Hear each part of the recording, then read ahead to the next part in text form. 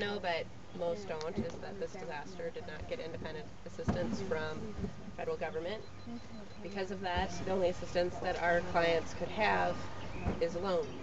Some were approved for loans, some couldn't get approved for loans. There was some grant money, but when you lose $150,000 of belongings in your home, you know, if you get $30,000, that's not going to make that gap. Lutheran Social Services and CareFest and a bunch of other groups are kind of standing in to bridge what's happened to what needs to be done. Betsy's a case manager for the Zumbro Valley Hammond area, so this is kind of her case manager responsibility. I'm in Orinoco and Pine Island, and I think what's really unique about this is it has affected families from all income levels. And so when we're talking about the loans, there just wasn't assistance that came through. So many of the people on my caseload were retired individuals who really played the game right. You know, they paid all their bills on time, they raised their children, they got some education for their families, and they were kind of in that mode of retirement. And so because they played the game right, they didn't qualify for loans. So they cashed in their 401ks, and they don't take the trips that they had hoped to take, and they don't go to visit the families anymore.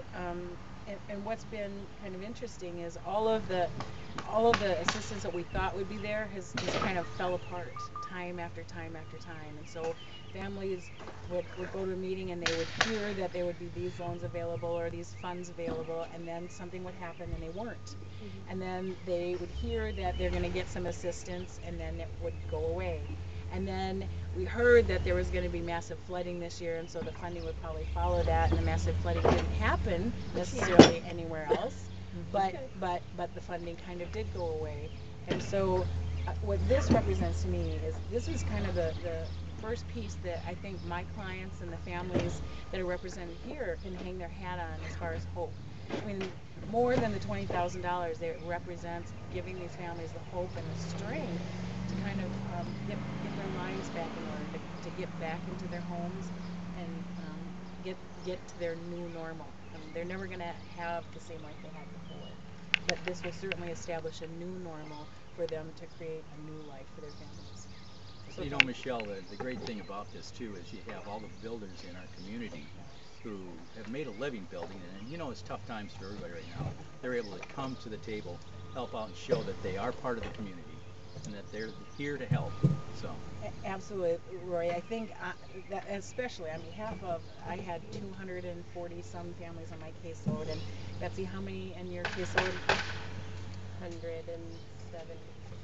So on behalf of those hundreds of families, we want to thank the Builders Association and actually all of the individuals who have volunteered their time and their energy and their expertise to kind of bring these lives and homes back together.